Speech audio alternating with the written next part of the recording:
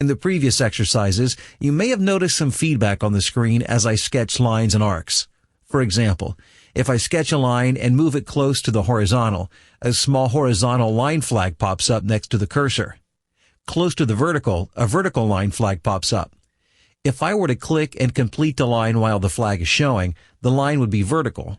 It would not only appear to be vertical, but it would have a geometric relation of vertical. The vertical geometric relation is graphically represented by this blue or green flag with a vertical line.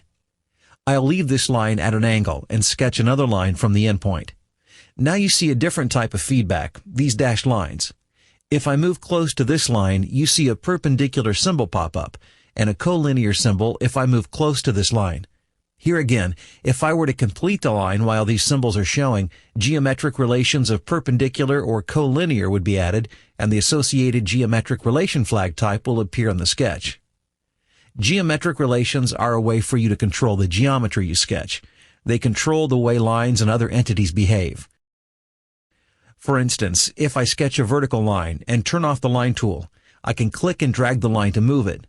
Notice that no matter where I drag the cursor, the line remains vertical. If I sketch another line that's at an angle, then follow the dashed line to create a perpendicular line, when I click and drag the line, you can see the perpendicular relation is maintained. This method of adding geometric relations on the fly is called creating automatic geometric relations. Let's take a look at a few other automatic relations.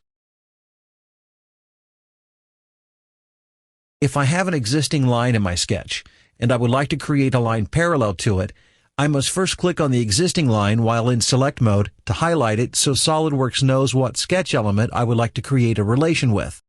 Then select the line tool. Notice when I click to start the line, two dashed inferences appear. The automatic relations available when creating a new line with an existing sketch line selected are parallel and perpendicular. I'll follow the parallel inference and click again to complete the parallel line. Notice that the geometric relations flag for parallel is numbered and appears next to both lines. When I click and drag the endpoint of one of the lines, notice they remain parallel. Another commonly used automatic relation is creating a line tangent to a circle. I'll begin by creating a circle, then instead of using my icon tools in the command manager, I'll switch to the line tool by right-clicking and selecting it from the menu. Notice that the sketch circle I just created is still highlighted in blue. This is a convenient function in SOLIDWORKS so that whatever element I sketch next, I always have the ability to create an automatic relation to the previous sketch geometry. To create the tangent relation, I simply begin my sketch on the perimeter of the circle and drag off at an angle, and you can see that my line is forced to be tangent to the circle. This is actually due to a function called a sketch snap that we'll get into later on. Let me delete this line and circle and repeat the process again and show you an additional function. I'll sketch the circle and again draw a line tangent to it.